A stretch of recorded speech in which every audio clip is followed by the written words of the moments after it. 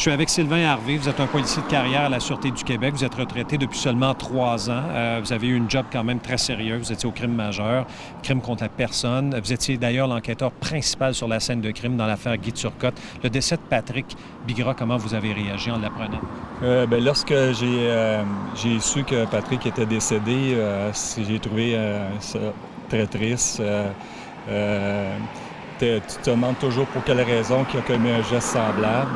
Puis ensuite, avec les médias sociaux, on apprend plein de choses. On cherche pour quelle raison, pourquoi il n'a pas demandé de l'aide. Puis je sais très bien que depuis hier, en regardant les médias sociaux, Facebook, etc., je vois que la communauté policière réagit énormément, que ce soit les membres actifs ou retraités.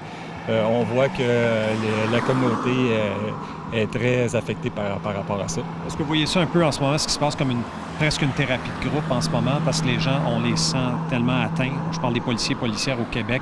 Est-ce que c'est une forme de thérapie en même temps, ce qu'on vit, parce que tout le monde en parle en ce moment? Effectivement, hier soir, je regardais chaque commentaire des gens qui réagissaient par rapport à la mort de Patrick. Puis même j'avais des collègues, des ex-collègues qui sont rentrés en contact avec moi à savoir comment je vivais ça, puis tout ça. Puis c'est sûr, le fait de verbaliser avec les gens, avec les anciens collègues, ça nous aide à passer à travers. Puis en même temps, de pouvoir s'exprimer comment on l'a vécu, cet événement-là.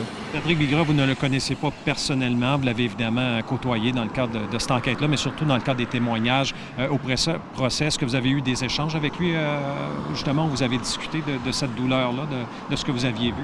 Non, j'ai jamais discuté avec Patrick en rapport à l'événement. Il faut dire aussi, lorsque à chacun des procès, on témoigne, puis ensuite, on retourne au travail. Fait que non, j'ai pas eu la chance de discuter avec Patrick. Je le disais d'entrée de jeu, M. Harvey, vous étiez l'enquêteur principal de cette scène de crime horrible dans l'affaire Turcotte. Comment vous vivez avec ça aujourd'hui? Est-ce que vous-même avez demandé de l'aide? Oui, non, j'ai pas demandé de l'aide, mais à l'époque, Martin Prudhomme, qui était mon responsable au crime contre la personne, m'avait offert de l'aide si je voulais consulter un psychologue.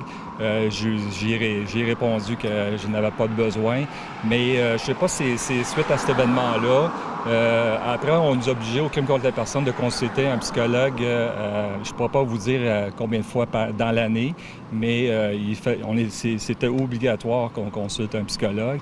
Le fait de vivre avec ça, c'est sûr que les gens ils m'en ont parlé dans les dernières années. C'est sûr, j'ai à revivre la scène, mais je crois que je suis capable de vivre avec ça. Puis si j'ai à le verbaliser, je vais le faire, puis j'ai aucune difficulté. Donc, vous ne gardez pas ça en dedans de vous? Non, ça va très bien. OK. Merci beaucoup pour votre témoignage, M. Harvey. Ça m'a fait plaisir. Okay.